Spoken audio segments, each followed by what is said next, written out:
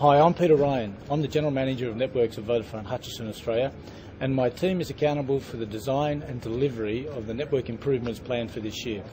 And I'm standing in our Network Operations Centre, or NOC, which is a 24/7 centre where hundreds of engineers work around the clock to monitor and maintain the performance of our network.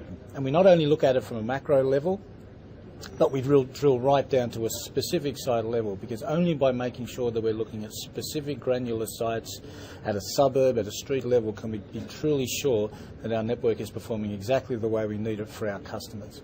And ultimately, this is the eyes and ears for us of the whole of the network, a bit like Air Traffic Control Centre. And we use this information for three main reasons.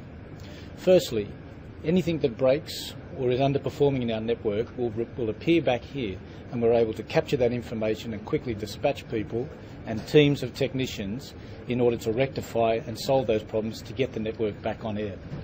Secondly, the data we get and the insights that we glean from it allow us to strategically plan where we deliver capacity into the network, right down to a single site level.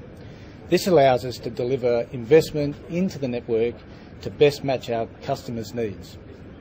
And the third thing we do with the information that we get from this centre is, as we roll out our new 3G network, as we deliver and deploy the improvements to the network this year, it's this centre that is able to monitor the performance of those deployments to ensure that as we deliver the investment and the improvements, it's improving the network straight away.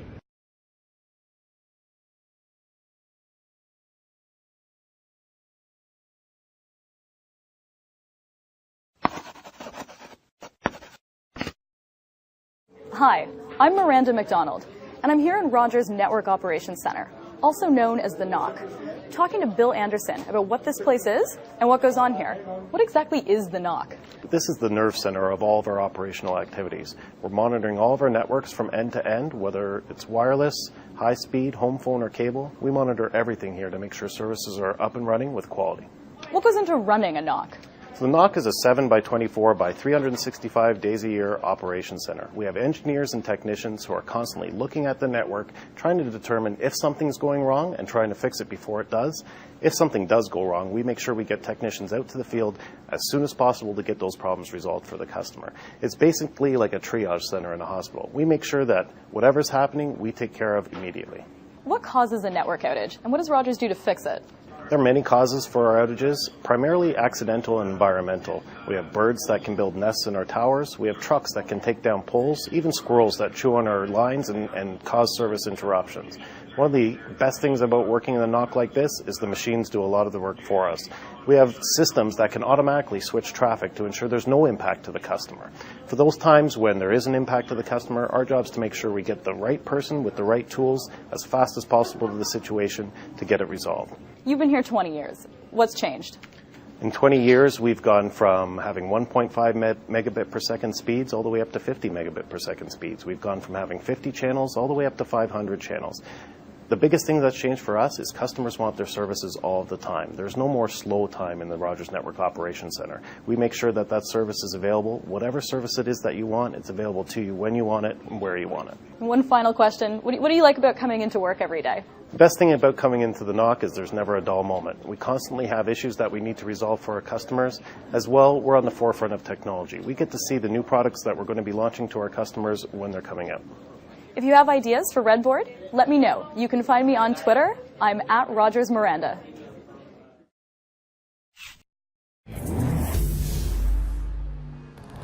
Hey, I'm Lex Friedman with TechHive. We're here in Bedminster, New Jersey at AT&T's GNOC, its Global Network Operations Center. This is where they monitor all the traffic on their network, voice, data, cellular, everything. We're going to go inside and see exactly how they do it.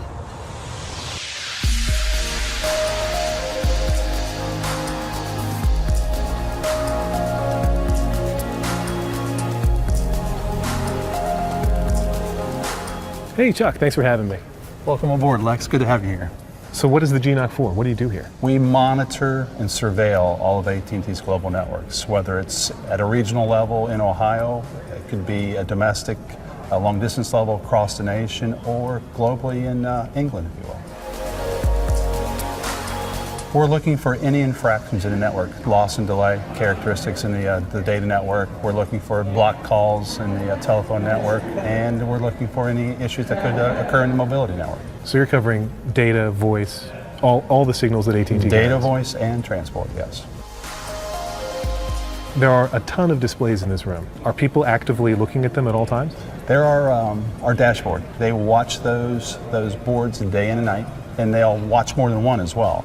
They may look at 3 or 4 and do a correlation activity and come up with an issue that's somewhere in the network. When the tsunamis hit, or the earthquake in Japan, we were able to very quickly see, almost instantly, we had blocked calls occurring in the Western Pacific. At the same time, we had loss and delay characteristics in the Western Pacific for the internet. And we took and received an email from the U.S. Geological Survey that said there was a 9.2 earthquake, and we took boom, boom, boom, and correlated all those and began to communicate to our executives that we had a problem. And we put all of our processes in place and began to execute. So these are very real. They look great. They serve a purpose as far as giving us a view across many different disciplines that we can correlate very quickly, and then drill down at our positions. There are also television displays on here. Why is that? Those are the eyes to the world. It's very important to understand what's causing any issues with the network itself.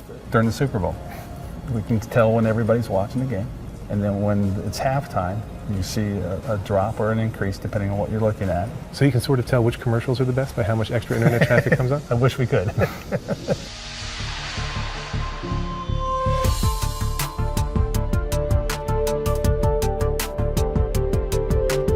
What could somebody do if they were in here who wasn't supposed to be in here, if I'm looking at this data? You can manage and manipulate all the voice traffic globally for AT&T. If you execute the correct commands, you could pretty well bring that to a stop. That would not be good. Not good at all. Has there been an incredible ramp up in data consumption that you're measuring here over the past few years as smartphones ascend? Absolutely. We're seeing, if you build it, they will come.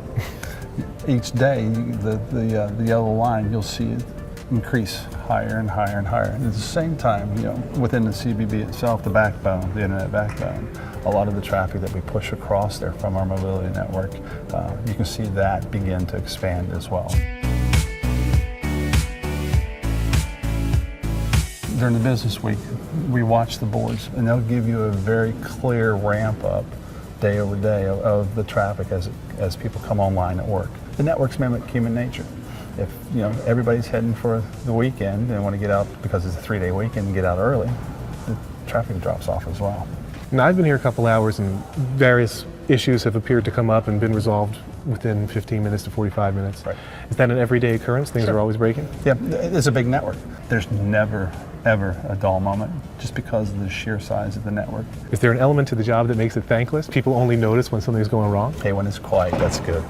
And when you don't know, that's even better. Yeah, we're very proud of that. Well, Chuck, thanks so much for taking the time to talk to us. This was great. It's been an absolute pleasure.